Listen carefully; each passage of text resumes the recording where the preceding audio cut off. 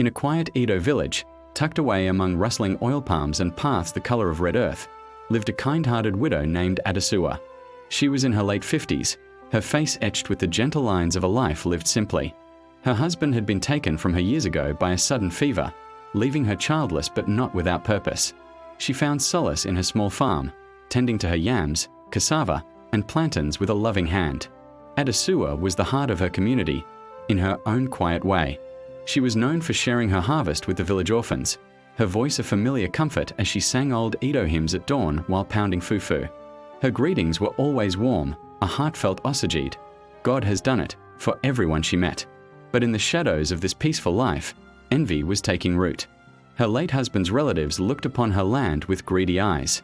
They began to whisper, planting seeds of doubt. Her barrenness, they murmured, her husband's untimely death. These were not tragedies, but signs. They called her a witch, an obo, a solita who feasted on others' lives to prolong her own. The whispers soon became a roar. A series of misfortunes struck the village like a curse. Crops withered in the fields overnight, their leaves turning black and brittle. Children broke out in mysterious rashes that no local remedy could soothe. Then, the ultimate tragedy, a young man from the extended family, full of life and promise, died in a horrific motorbike crash on his way to the market. The family, their grief twisted by malice, found their scapegoat. They pointed their fingers directly at Adesuwa. "She has always hated us," they cried during a heated village meeting under the ancient, sprawling Iroko tree. "She's jealous because she has no children of her own." The accusations hung heavy in the humid air, thick with suspicion and fear. They drag her from her home, her pleas for reason lost in the growing frenzy. Before the community elders and a powerful local pastor, they demanded a confession. That night, as torchlight danced menacingly and a drumming rain began to fall from the heavens, they held her down. They forced a bitter, foul-smelling concoction to her lips, a brew meant to expose a witch by making her vomit blood or confess her sins. But Adesuwa, though terrified, found a strength she didn't know she possessed. She refused to drink, her voice shaking but firm, tears streaming down her face. "If I am a witch," she wept, "let God himself prove it. I serve only Jehovah, not darkness." Her defiance sealed her fate. She was rejected, outcast, banished from the only home she had ever known. Adesuwa fled to a small, dilapidated mud hut on the very edge of the forest, a place where the village ended and the wild began.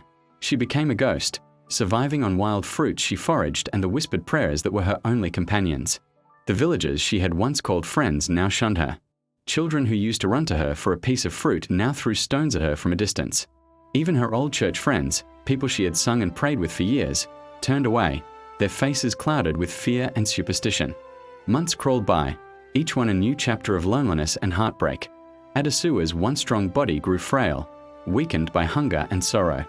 Her voice, once clear and melodic as she sang her hymns, now cracked with despair during her solitary worship. In her darkest moments, she looked up at the vast, indifferent sky and wondered if God had truly forgotten her. Had her faith been in vain? Was she destined to perish alone, branded a witch for a crime she did not commit? Then, just as she was about to lose all hope, the seasons changed. A fierce harmattan wind swept through the region, dry and unforgiving. One evening, as the wind howled like a mournful spirit, it descended upon the village with a vengeance. A massive palm tree, one that had stood for generations and was long rumored to be cursed, began to groan under the strain.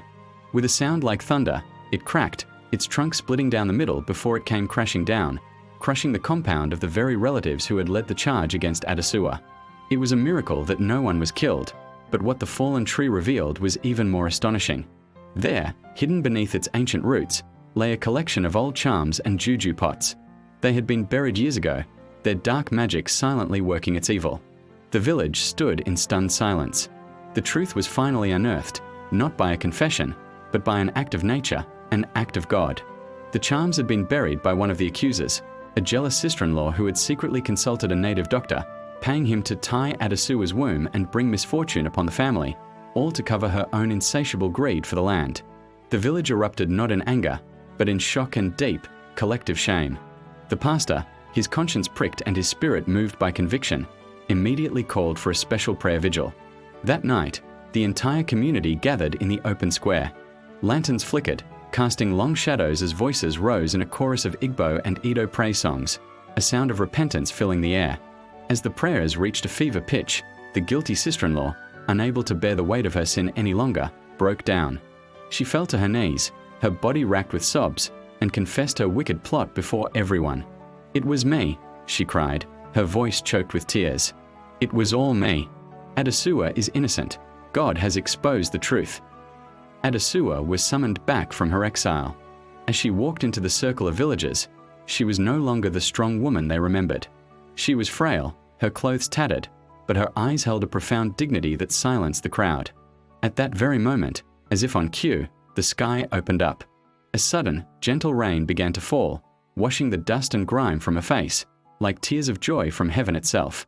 The people fell to their knees around her, a wave of remorse sweeping through them. They begged for her forgiveness, their voices thick with shame.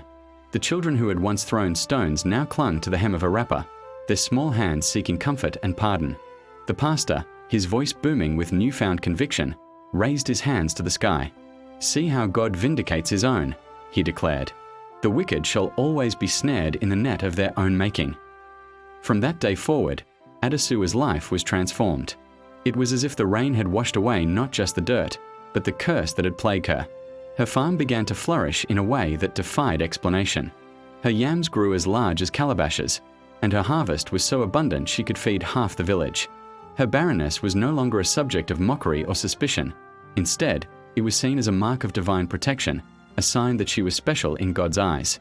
She was no longer Adesuwa the witch, but Adesuwa the mother, the matriarch of the entire village. Her story became a legend, a testimony told and retold around cooking fires on cool evenings. It was a story of unwavering faith in the face of unimaginable cruelty, a story of patience through profound suffering, and above all, a story of God's slow, but dramatic and undeniable justice. Thank you for watching. If this story moved you, please like, share, and subscribe for more tales of faith and resilience.